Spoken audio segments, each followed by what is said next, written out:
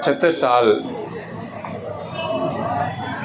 आज़ाद भारत के होंगे, उसका उत्सव मनाया जाएगा, जश्न मनाया जाएगा। मुझे आज से 75 साल पहले की एक दूसरी घटना याद आ रही है। 2 अक्टूबर 1947 की घटना। 2 अक्टूबर आप जानते हैं, महात्मा गांधी का, मोहनदास करमचंद गांधी का जन्मदिन है। 1947 के 2 अक्टूबर को गांधी दिल्ली में थे, या दिल्ली में उन्हें रुकना पड़ा था। क्यों रुकना पड़ा था, आप में से बहुत सारे लोग जानते होंगे। क्योंकि उस वक्त आज़ादी के साथ साथ एक खुरेजी भी शुरू हुई थी। जो हिंदुस्तान था उसमें मुसलमानों को मारा जा रहा था और यहाँ से मुसलमान भाग रहे थे। जो पाकिस्तान था वहाँ हिंदुओं और सिखों पर हमले हो रहे थे, उन्हें मारा जा रहा था, वे भाग रहे थे। दिल्ली शरणार्थियों से भरी हुई थी, ऐसे शरणार्थियों से जो पाकिस्तान से आए थे, यानी हिंदू और सिख। दिल्ली यूनिवर्सिटी से थोड़ी दूर पर किंग्सवे कैंप है, वहाँ बहुत बड़ा कैंप लगा था शरणार्थियों का। दिल्ली यूनिवर्सिटी के बगल में सेंट स्टीफेंस हॉस्पिटल है। उस हॉस्पिटल में घायल लोग भर्ती थे। तो जो शरणार्थी आए थे वे बहुत नाराज़ थे, क्योंकि उन पर हमला हुआ था, उनकी नाराज़गी जायज़ थी। लेकिन दिल्ली में जो मुसलमान थे, उन मुसलमानों पर हमला हो रहा था और गांधी को दिल्ली रोका था सरदार वल्लभ भाई पटेल ने। उन्होंने कहा कि आपको दिल्ली रुकना पड़ेगा, क्योंकि दिल्ली में पागलपन है और अगर दिल्ली को नहीं बचाया जा सका तो भारत को नहीं बचाया जा सकेगा। दिल्ली को बचाने का मतलब क्या था? दिल्ली को बचाने का मतलब था कि यहाँ जो मुसलमानों पर हमला हो रहा है उसे रोका जा सके। गांधी इस वजह से दिल्ली में रुके। आपको ये बात मालूम है कि उसके पहले गांधी एक और जगह कई महीनों तक रुके थे। उस जगह का नाम है नोआखाली, जो अब बांग्लादेश में है। नोआखाली एक मुसलमान बहुल इलाका था और उस नोआखाली में हिंदुओं पर हमला हो रहा था। गांधी वहाँ गए हिंदुओं की तरफ से मुसलमानों को ये कहने के लिए कि वो ये नहीं कर सकते हिंदुओं के साथ, और कई महीने रहे। उसके बाद उनका दूसरा बड़ा पड़ाव दिल्ली में हुआ। उसी के दौरान, यानी 9 सितंबर 1947 जब वे दिल्ली आए और दिल्ली में टिके और दिल्ली की गली गली घूमते हुए एक शिविर से दूसरे शिविर लोगों को समझाते हुए 30 जनवरी मार्ग जो आप देखते हैं, बिरला हाउस जो पहले था, वहीं गांधी टिके थे। 2 अक्टूबर को उनका जन्मदिन था। दुनिया भर से टेलीग्राम आ रहे थे बधाइयों के, और उनके यहाँ भी सुबह से तांता लगा हुआ था विदेशियों का, देश से विभिन्न जगहों से आए हुए लोगों का, जो गांधी को बधाई दे रहे थे उनके जन्मदिन की। गांधी के 78 साल पूरे हुए। गांधी ने उस दिन शाम को अपनी प्रार्थना सभा में कहा कि मुझे बधाइयाँ दी जा रही हैं, लेकिन मेरी समझ में यह नहीं आता कि बधाई किस वजह से दी जा रही है। बेहतर होता अगर मुझे शोक संदेश भेजे जाते। उन्होंने कहा, अंग्रेज़ी जो उसकी है वो ये कि मुझे कॉन्डोलेंस मैसेजेस भेजे जाते, क्योंकि आज बधाई का मौका नहीं है। कुछ ऐसा ही ख्याल भारत के 75 साल होने के मौके पर हमारे मन में आता है। यह जो 75वां साल है, क्या यह जश्न मनाने का मौका है? क्या यह उत्सव मनाने का मौका है? क्या यह बधाइयों का मौका है? क्या यह उपलब्धियों का बखान करने का मौका है? या यह एक तरह की मातम की घड़ी है, दुख मनाने की, शोक मनाने की, और एक तरह से आत्मचिंतन करने की या आत्म परीक्षा करने की? एक मुल्क जो 75 साल का हो गया, 75 साल के होने के बाद वह मुल्क इतना असुरक्षित कैसे महसूस कर रहा है, और स्वयं अपने भीतर कि उसमें उसकी सरकार हर किसी को राष्ट्रवाद का इंजेक्शन देना चाहती है। वह इस देश के नागरिकों पर इतना कम भरोसा, यह कि जैसे इस देश के लोग इसके पहले राष्ट्रवादी थे ही नहीं और अब उन्हें राष्ट्रवाद का पाठ पढ़ाया जाना है और इस वजह से तरह तरह की तरकीबें की जाएंगी। वह चाहे हर घर तिरंगा हो, जिसमें आप हर घर पर तिरंगा लगाने के अभियान के नाम पर एक तरह का जबरन आरोप कर रहे हैं राष्ट्रवाद का। आपने एक खबर देखी होगी, संभवतः उत्तराखंड की खबर है, जिसमें वहाँ के एक मंत्री ने आदेश दिया है कि उन घरों की तस्वीरें ली जाएं जिन घरों पर तिरंगा नहीं है। क्या करेंगे आप वो तस्वीरें लेकर? आपने हरियाणा की खबर सुनी होगी, जहां राशन डिपो पर राशन खरीदने के लिए जब लोग गए लेने के लिए तो उनसे कहा गया अगर आप 20 रुपए का तिरंगा नहीं खरीदेंगे तो आपको राशन नहीं मिलेगा। यह एक तरह का जबरिया राष्ट्रवाद या जबरन राष्ट्रवाद है। ये जिस चीज़ पर सबसे पहले हमला करता है वो हमारी आज़ादी है। आज तक हिंदुस्तान में किसी को अपने राष्ट्रवाद का प्रमाण पत्र नहीं देना पड़ा है। हम सब स्वाभाविक रूप से भारतीय हैं। हम अपने हाथ में तिरंगा लें या ना लें, हम राष्ट्रगान गाएं या ना गाएं, किसी को इसका हक नहीं मिलता कि वह हम पर एक आदेश आरोपित करे। सरकार को इसका हक तो बिल्कुल ही नहीं मिलता। लेकिन मैंने इसके पहले कहा कि यह एक तरह की मातम की घड़ी है, एक तरह के आत्म परीक्षा की, आत्मालोचना की। क्यों? क्योंकि हम एक विश्वविद्यालय परिसर में खड़े हैं, लेकिन क्या सचमुच यह विश्वविद्यालय का परिसर है? हम विश्वविद्यालय में आर्ट्स फैकल्टी गेट के बाहर खड़े हैं। ऑल इंडिया स्टूडेंट एसोसिएशन के छात्रों मित्रों से मैंने पूछा नहीं कि क्या उन्होंने फैकल्टी के अंदर मीटिंग करने की कोशिश की। मैंने नहीं पूछा इसलिए कि मुझे पिछले 8 वर्षों से यह पता है कि ऐसी कोई भी कोशिश अब कामयाब नहीं होती। आप कमरा नंबर 22 में बैठक नहीं कर सकते, जहां हम लगातार हर विषय पर बैठक कर सकते थे। अब कैंपस छात्रों और शिक्षकों की पहुंच के बाहर है। हम सिर्फ क्लास ले सकते हैं, लेकिन अगर आप इसी विषय पर जिस पर आप आज यहाँ चर्चा कर रहे हैं, अगर आप फैकल्टी के अंदर कोई हॉल मांगेंगे, आपको हॉल नहीं मिलेगा।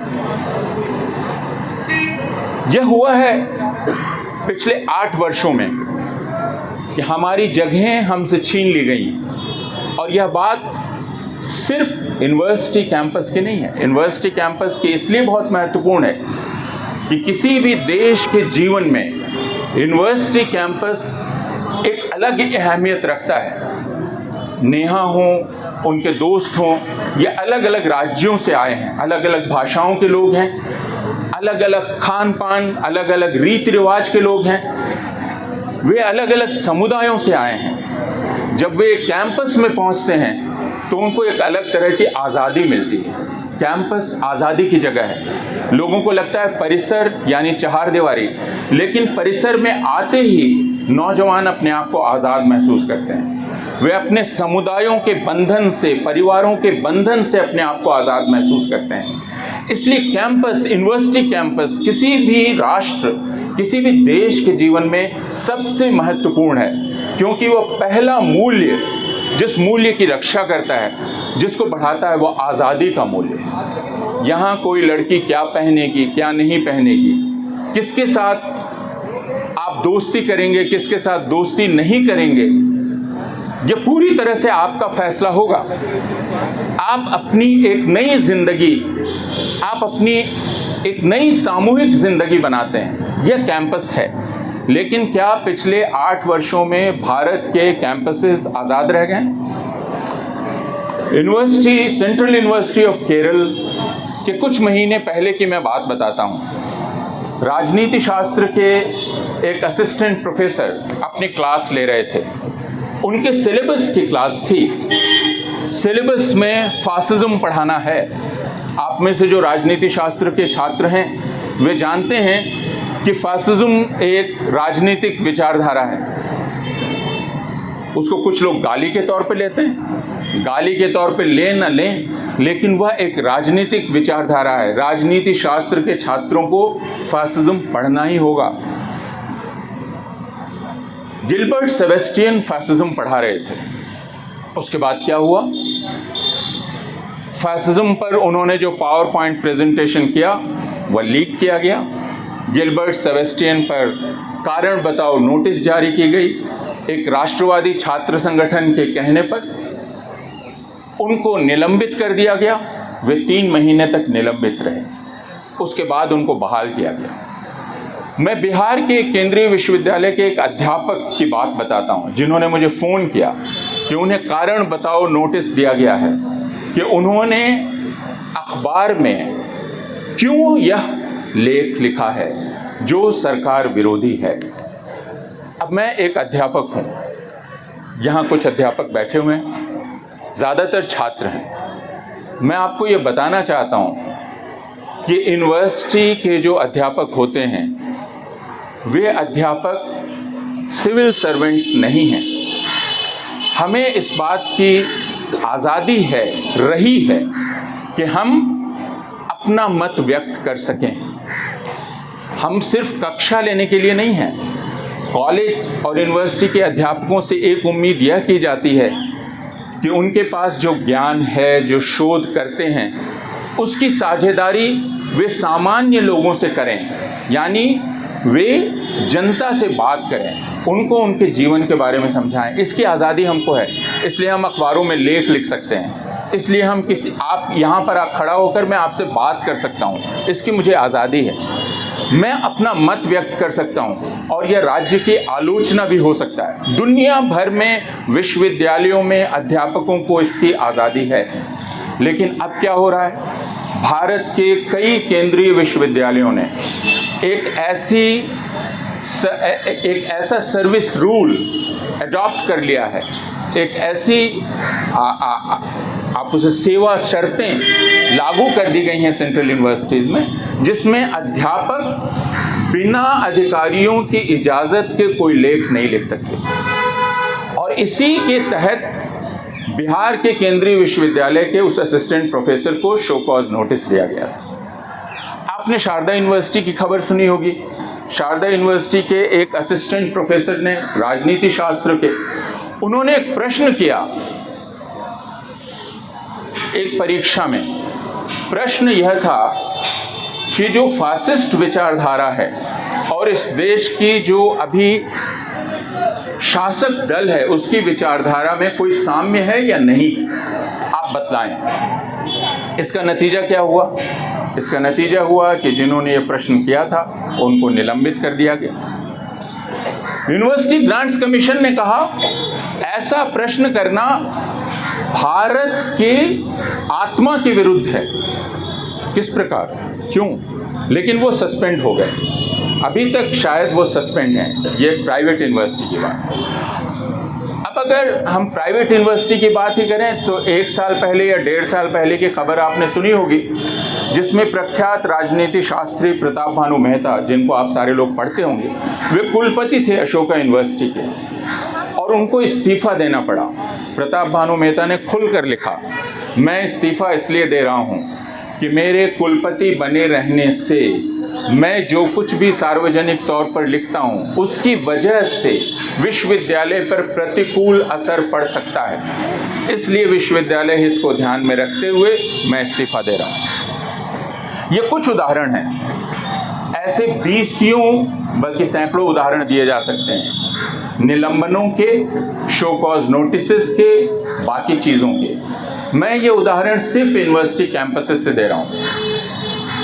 इसी यूनिवर्सिटी कैंपस में, इसी गेट नंबर 4 के अंदर आज से 3 साल पहले या 4 साल पहले दिल्ली विश्वविद्यालय छात्र संघ अपनी एक पत्रिका का लोकार्पण करने जा रहा था। मुझे बुलाया गया था, सिद्धार्थ वरदराजन को बुलाया गया था और राजीव गौड़ा को बुलाया गया था। हम यहाँ पहुँचे, उसके आधा घंटा पहले हमें फ़ोन आया कि यूनिवर्सिटी ने हॉल कैंसिल कर दिया है।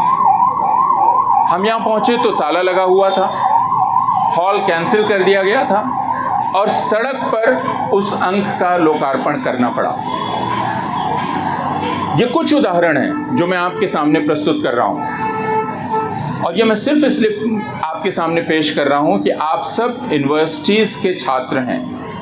यूनिवर्सिटी का मतलब, विश्वविद्यालय का पहला अर्थ है आज़ादी। और आपने 8 साल पहले से देखा होगा कि किस प्रकार जो लोग आज़ादी का नारा लगाते हैं उनको बदनाम करने की कोशिश की गई। पूछा गया, ये आज़ादी का नारा क्यों लगा रहे हैं? ये आज़ादी का नारा लगा रहे हैं, इसका मतलब ये राष्ट्र विरोधी हैं। हम क्या चाहते? आज़ादी। ये नारा दरअसल पहले नारीवादियों ने लगाया था। नारीवादियों से यह नारा बाहर फैला। ये पूछा जा सकता है, जब भारत आज़ाद हो गया या पाकिस्तान आज़ाद हो गया, यह नारा दरअसल पाकिस्तान के नारीवादियों से होकर भारत तक पहुंचा। फिर औरतें आज़ादी का नारा क्यों लगा रही हैं? फिर अनुसूचित जाति जनजाति के लोग आज़ादी का नारा क्यों लगा रहे हैं? और अगर आप यह प्रश्न करेंगे तो भीमराव अंबेडकर ने जो गांधी को कहा था, उस बात को भी याद कर लीजिए। भीमराव अंबेडकर ने गांधी से कहा था, आप देश की बात करते हैं। अंग्रेजी में उन्होंने कहा, but Gandhi ji, I have no homeland, we have no homeland. इस देश पर हमारा स्वामित्व क्या है, यह प्रश्न है। इसलिए 1947 के बाद आज़ादी का संघर्ष समाप्त हो गया हो, ऐसा नहीं है। वह आज़ादी का संघर्ष कैसे चल रहा है और कैसे रुका हुआ है, हम और आप तो फिर भी यहाँ मिल लिए और बात कर रहे हैं। गुजरात से सैकड़ों हजारों दलित एक यात्रा करते हुए दिल्ली आ रहे थे। उन्होंने एक विशालकाय सिक्का बनाया था और वे सिक्का देने जा रहे थे राष्ट्रपति को। आदिवासी राष्ट्रपति हैं, इसका बहुत गुणगान किया जा रहा है। दलित आ रहे थे एक आदिवासी राष्ट्रपति को सिक्का भेंट करने, वे हमला करने नहीं आ रहे थे। क्यों आ रहे थे? क्योंकि दलितों की जो वास्तविक स्थिति है, इसकी तरफ ध्यान खींचा जा सके। क्या हुआ? हरियाणा के पास उनको रोक दिया गया। दिल्ली में वे दाखिल नहीं हो पाए। यह आज़ादी है। आपने एक और चीज़ सुनी होगी जो आपकी उम्र के करीब के लोगों से जुड़ी हुई है। कितने लोग थे? शायद 1 दर्जन या 2 दर्जन, जो नागपुर से पैदल मार्च करते हुए आ रहे थे। वे लोग जो अलग अलग परीक्षाओं के अभ्यर्थी थे, वे अपनी मांग लेकर, तिरंगा झंडा लेकर, आजकल बिना तिरंगा लिए आप अपनी मांग नहीं कर सकते, है ना। एक मजदूर को अगर अपनी मांग करनी है तो तिरंगा लेना पड़ता है, छात्र को मांग करनी है तो तिरंगा लेना पड़ता है। पहले साबित करना पड़ता है कि हम राष्ट्रवादी हैं, उसके बाद मेरी 2 जून की रोटी मुझे मिलेगी कि नहीं, ये तय होगा। लेकिन वे तिरंगा लेकर आ रहे थे। क्या किया गया उनके साथ? पैदल आ रहे थे, याद रखिएगा। हम और आप यहाँ 2 घंटा खड़े रहेंगे, हमारी टांगें दुख जाएंगी। नागपुर से पैदल चलते हुए वे नौजवान यहाँ आ रहे थे, लड़के और लड़कियाँ। उनको उत्तर प्रदेश में जगह जगह गिरफ्तार किया गया, उनके मोबाइल फ़ोन छीन लिए गए। उनके पास कोई हथियार नहीं था, उनके पास सिर्फ एक तिरंगा था। वे पैदल चल रहे थे, रोका गया, गिरफ्तार किया गया, बसों में बैठाकर अलग अलग दिशाओं में छोड़ दिया गया। फिर वे जमा हुए, फिर एक साथ निकले, हरियाणा तक पहुँचे। फिर हरियाणा में उनके साथ यही किया गया। उनके मोबाइल फ़ोन छीन लिए गए, उनको तोड़ दिया गया, उनको अलग अलग बसों में अलग अलग जगह बैठा के तितर बितर कर दिया गया। क्यों? 12 नौजवान पैदल चलकर दिल्ली नहीं आ सकते, दिल्ली में उनका प्रवेश नहीं हो सकता। दिल्ली अब इतनी असुरक्षित हो गई है, और दिल्ली क्या किसी की मिल्कियत हो गई है? यह प्रश्न आज से 2 साल पहले भारत के किसानों ने किया था, जब पंजाब से चलकर वो सिंघू पहुंचे। और सिंघू में जिस तरह की दीवार खड़ी की गई, मुझे मालूम नहीं है आप में से कितने लोगों ने उसको देखा है। बैरिकेड, उसके बाहर कीलें, और सड़क खोद दी गई जब किसान दिल्ली की तरफ आ रहे थे। मुझे मालूम नहीं आप में से कितने लोगों को याद है, लेकिन जगह जगह पुलिस ने सड़कों में बड़े बड़े गड्ढे कर दिए कि वो आ ही ना सकें, बैरिकेड खड़े कर दिए। क्यों? ये दिल्ली किसकी है? इस दिल्ली पर स्वामित्व किसका है? मिल्कियत किसकी है? अगर हम इस देश में अपनी बात नहीं कह सकते, अगर हम इस देश में अपनी व्यथा भी नहीं बोल सकते, अगर मुझे अपने देश की राजधानी में प्रवेश नहीं करने दिया जाएगा, तो क्या मुझे यह देश अपना लगेगा? क्या ज़बरदस्ती मेरे गले में राष्ट्रवाद उड़ेल दिया जाए, डाल दिया जाए, वह राष्ट्रवाद क्या मुझे मीठा लगेगा किसी भी प्रकार? जब यह कहा जाए कि आप उन घरों के फ़ोटो खींचिए जिन पर तिरंगा नहीं है, उस फोटो का आप क्या करेंगे? प्रश्न यह है, क्या आप उन्हें दंडित करेंगे? इसलिए आज का सबसे बड़ा सवाल आज़ादी के 75वें साल में आज़ादी का है। आज़ादी जो इंसान का सबसे कीमती मूल्य है, सबसे कीमती भावना है। प्रोफेसर नीरा चंदोक जो राजनीति शास्त्री हैं, कुछ दिन पहले अपने एक व्याख्यान में कह रही थी और मुझे वो रूपक बहुत सुंदर लगा। उन्होंने कहा कि आप किसी बच्चे को दुलार करने के लिए जब अपनी गोद में लेते हैं तो वह आज़ाद होना चाहता है। वह आपकी गोद की कैद से भी आज़ाद होना चाहता है। यानी आज़ादी एक ऐसी चीज़ है जिसको सिखाना नहीं पड़ता है।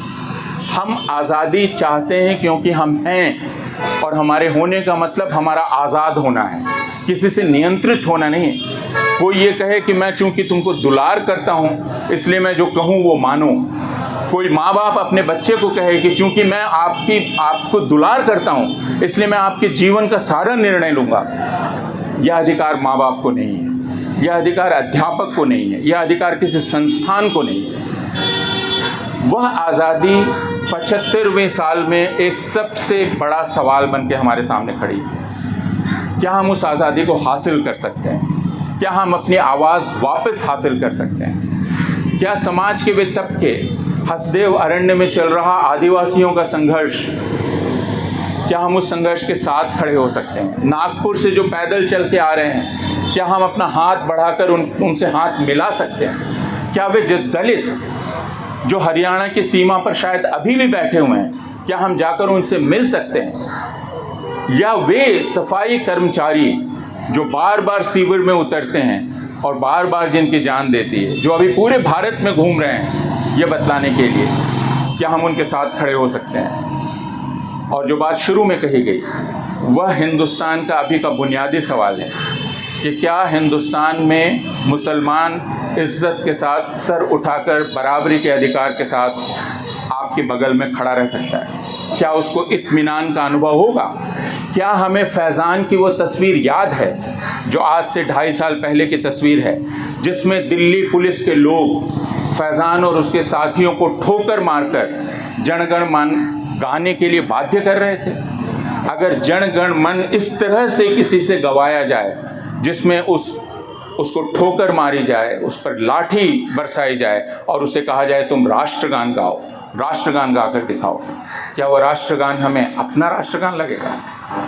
ये सारे प्रश्न हैं जो हमें करने हैं। आज़ादी और आज़ादी का एहसास किनको है और किनको नहीं है, कौन बोल सकता है और कौन नहीं बोल सकता है? क्यों मोहम्मद ज़ुबैर को सिर्फ यह बोलने पर ये हैं धर्मगुरु जो नफ़रत का प्रचार कर रहे हैं, क्यों सिर्फ यह कहने पर मोहम्मद ज़ुबैर को तकरीबन 3 हफ्ते की जेल में रहना पड़ा? क्यों उस आज़ादी का कोई मोल नहीं था मोहम्मद ज़ुबैर की? जो मैंने कहा पहला मूल्य है। मोहम्मद ज़ुबैर की उस बात को सुनने में सर्वोच्च न्यायालय को 3 हफ्ते क्यों लग गए? सिर्फ मोहम्मद ज़ुबैर का सवाल नहीं है। आज 12 तारीख है, कल 11 अगस्त थी, उमर खालिद का जन्मदिन। कल 13 तारीख है, 13 सितंबर 2020 को उमर खालिद को गिरफ्तार किया गया था। क्यों गिरफ्तार किया गया था? क्यों खालिद सैफ़ी को गिरफ्तार किया गया? क्यों दिल्ली विश्वविद्यालय में उर्दू की छात्र रही गुलफिशा को गिरफ्तार किया गया? क्यों सफ़ूरा को गिरफ्तार किया गया? क्यों मीरान हैदर को गिरफ्तार किया गया? ये सवाल हमें करने पड़ेंगे। क्यों उन्हें गिरफ्तार किया गया? क्या इसलिए कि वे नागरिकता के कानून में जो संशोधन हुआ उसका विरोध कर रहे थे? और क्या नागरिकता के कानून के संशोधन का विरोध करने का हमें अधिकार नहीं है? क्या हम उसका विरोध नहीं कर सकते? क्या उसका विरोध करने का मतलब इस राष्ट्र का विरोध करना है? क्या हम ये नहीं बतला सकते कि आपने भारतीय नागरिकता की परिभाषा को दूषित कर दिया है इस कानून को लागू करके, और हम उसका विरोध करते हैं क्योंकि हम भारत की नागरिकता को धर्मनिरपेक्ष रखना चाहते हैं, उसकी परिभाषा को विकृत नहीं करना चाहते हैं। हम नेशनल रजिस्टर ऑफ सिटीजनशिप नहीं चाहते हैं। आप असम जाइए, आप में से जो लोग असम को नहीं जानते हैं वे असम जाएं, असम में लोगों से मिलें और उनसे पूछें कि एनआरसी में अपना नाम दाखिल कराने के लिए उनको क्या क्या तबाहियां झेलनी पड़ी हैं। 17 लाख लोग एनआरसी से बाहर हैं, 17 लाख, जो बरसों बरस से हिंदुस्तान में रह रहे थे, और उनमें 15 लाख हिंदू हैं, यह भी ध्यान रखिएगा। असम के डिटेंशन कैंप में हिंदू हैं। क्यों? क्योंकि ये सरकार कहती है अब हम तय करेंगे कि आपके पास फलां फलां फलां कागज़ होगा तो आपको भारत का नागरिक माना जाएगा, और अगर आपके पास कागज़ नहीं है जो हम कहते हैं तो आप भारत के नागरिक नहीं रहेंगे, रजिस्टर में आपका नाम नहीं होगा। इसलिए आज, जैसा मैं कह रहा था, आज की घड़ी जश्न की घड़ी नहीं है। आज जब हम यहाँ इकट्ठा हैं, असम के डिटेंशन कैंप में कैदी उन लोगों को याद करें जिनकी नागरिकता पर संदेह किया गया है। उमर खालिद को याद करें, गुलफिशा को याद करें, मीरान हैदर और बाकी तमाम लोगों को याद करें, खालिद सैफी को जो आज़ाद नहीं हैं। उन सारे मुसलमानों को याद करें जिन्हें कभी भी मारा जा सकता है और मारा गया है, गाय के नाम पर, बीफ के नाम पर, धर्म परिवर्तन के नाम पर, भारत के अलग अलग हिस्सों में। उन सब को याद कीजिए। जुनैद को याद कीजिए, 15 साल का जुनैद, जो ईद में सामान की ख़रीदारी करके ईद की पहली शाम को अपने घर लौट रहा था, और ट्रेन में जिसे चाकुओं से गोद कर मार दिया गया। क्यों? क्योंकि उसका नाम जुनैद था, और जिसने उसकी हत्या की वो आज़ाद है, और वह आज भी पंचायतें कर रहा है। यह ध्यान रखिए, जिसने जुनैद की हत्या की वो आज़ाद है। जो इन हत्याओं में शामिल हैं, जो घृणा प्रचार में शामिल हैं, वे आज़ाद हैं, वे सभाएं कर रहे हैं, वे मुसलमानों के जनसंहार का आह्वान कर रहे हैं। इस समय हम सब लोगों को, जो ज़्यादातर छात्र और अध्यापक हैं, हमें अपने कर्तव्य तय करने हैं। वो कर्तव्य क्या होंगे? क्योंकि हमें कुछ सुविधाएं हैं, वो सुविधा इस देश के ज़्यादातर लोगों को नहीं है। जैसा मैंने कहा, हमें सुविधा आज़ादी की है। उस आज़ादी का इस्तेमाल, जो सुविधा हमें है, हम बाकी आज़ादी को सुनिश्चित करने के लिए कर सकते हैं कि नहीं, यह हमें तय करना है। और यह तब तक नहीं हो सकता अगर हम अपनी आज़ादी की बात कर रहे हैं, जब तक हम दूसरों की आज़ादियों को सुनिश्चित न करें, उन जगहों की पहचान न करें जो सबसे ज़्यादा खतरे में हैं। अपने आप को भुलावे में न रखें, छलावे में न रहें, धोखा ना दें खुद को। दूसरों को धोखा दिया जा सकता है, खुद को नहीं। हम जानते हैं कि जब घर घर तिरंगा में हम शामिल होते हैं, मर्जी से नहीं शामिल हो रहे हैं, हम एक धोखे में शामिल हो रहे हैं। हम इस धोखे को पहचानें, इस धोखे की बात करें, इस देश को बता सकें, इस देश की जनता को, कि वह एक बहुत बड़े धोखे में गिरफ्तार है और उस तिलिस्म से उसे आज़ाद होना है। यह काम हमारा और आपका सबका है। मुश्किल है, लेकिन इसीलिए किया जाना है। बहुत बहुत शुक्रिया।